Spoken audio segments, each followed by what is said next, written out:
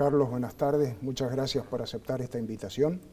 Sos docente de Derecho Público de nuestra facultad, abogado con ejercicio profesional en nuestra región, y hay una pregunta que está dando vueltas respecto de si el derecho de ejercer el comercio es un derecho constitucional, y dentro de esto, si es constitucional o no, cómo juegan el marco de restricciones que se impusieron en la pandemia y que quizás en algún momento, si tenemos otra ola, vuelvan a estar presentes. El ejercicio del comercio es un derecho constitucional expreso, establecido en el artículo 14 de la Constitución, y como tal está dentro del marco de las características que tienen, es que es precisamente relativo, es decir, que pueden ser reglamentados.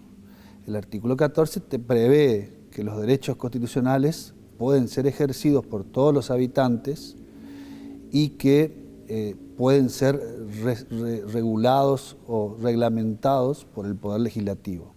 Por supuesto, nunca pueden afectarse el límite que le establece la letra y el espíritu que tuvo el constituyente.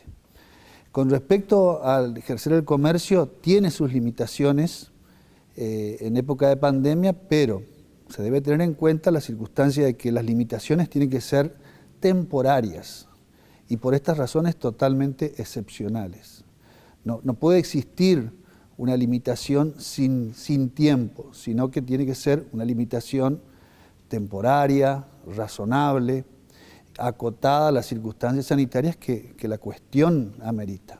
Ahora, esta situación en el Chaco se dio de una manera distinta a otras regiones del país. Sí, la situación en el Chaco tuvo la particularidad de tener provincias que utilizaron la situación sanitaria y las restricciones que con motivo de ellas se dictaron de tal manera que afectaron derechos de circulación.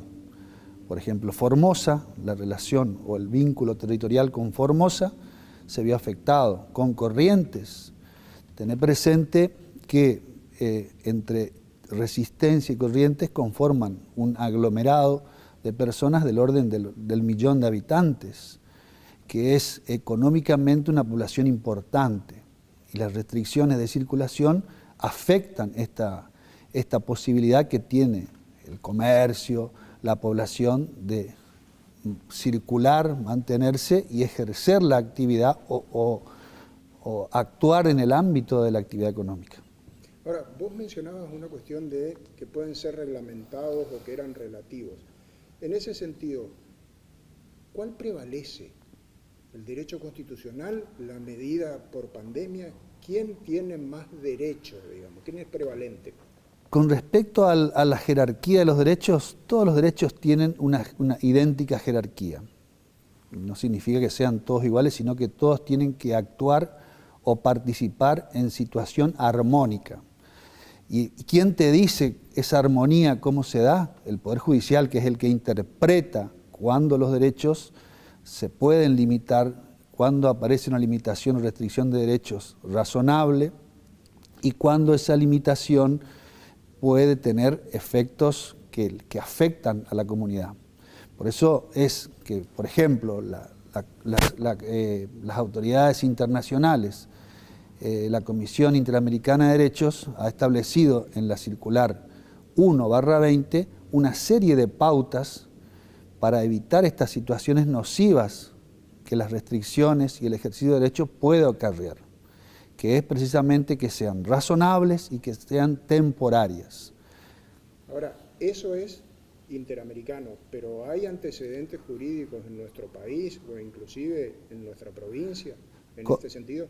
En nuestra provincia, con motivo de cuestiones sanitarias, no recuerdo que existan antecedentes, pero sí existe la posibilidad que las situaciones de emergencia, que pueden no solamente ser sanitarias, pueden ser económicas, demanden la restricción de algún derecho de manera temporaria, por ejemplo, que puede ser por cuestiones sociales, por cuestiones económicas, y el mecanismo que nuestra Constitución, nuestro sistema institucional prevé para esos casos es, por ejemplo, el dictado del estado de sitio, que es una forma de limitación temporaria de los derechos y las garantías ante situaciones excepcionales.